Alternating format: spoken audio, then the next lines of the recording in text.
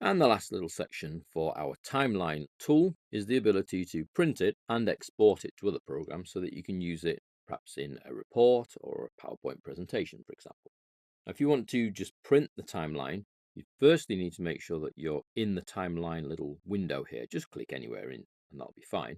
Then go to File and Print, and you'll see that it picks up just the timeline and wants to print by default in landscape because the shape of the timeline is a landscape shape.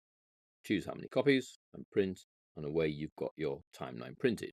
Now, as an alternative in the 21st century, we would really want to take perhaps a copy of that into another program so that we can build it into perhaps a summary report or a PowerPoint presentation, or even just send it as an attachment for an email.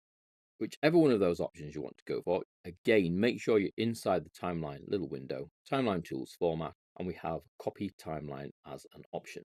In the drop down, you'll see for email, for presentation, and full size.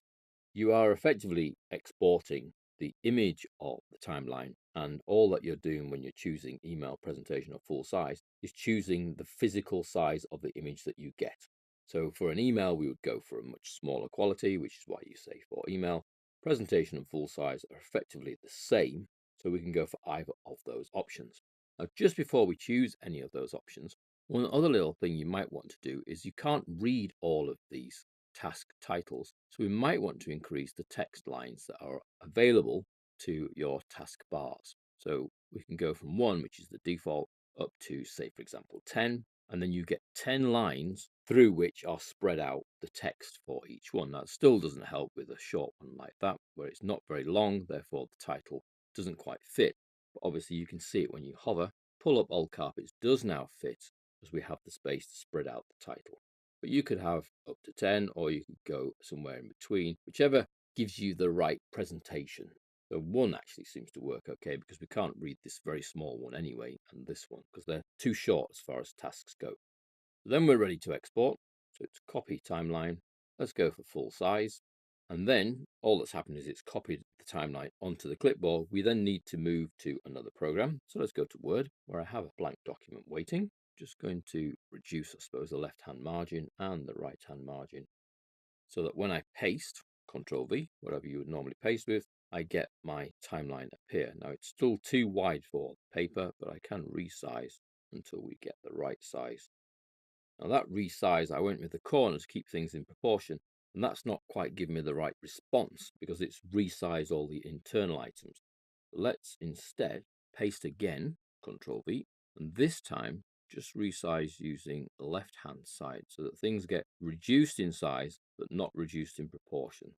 That way I can still read the individual task items in there. Some of the text boxes perhaps do need resizing a little more. Now that you've got it in Word, you can edit items. So I can resize that box. This one here perhaps just needs spreading out a little. You've got much more control than you had when effectively it was in Project. Because what's happened is it's pasted into Word as a lot of separate objects that are then adjustable. You could perhaps even do your coloring in Word rather than doing it in the timeline function in Microsoft Project. Any item that you can click on and select is then amendable. So I could change the background color, I could change the font color, I could perhaps even, because the options there, give that a slight twist just for presentation's sake, or maybe we can just undo to put that back. So I don't want the upper one, so just select and delete, leaving me with my timeline, which is just an extraction of the timeline from Microsoft Project. I can now use that in Word, perhaps inside a quite extensive report. So you make your changes, you make the timeline look as good as you want it to look, and then copy timeline for email if you're going to paste it into an email, for presentation or full size if you're going to use it in PowerPoint or Word.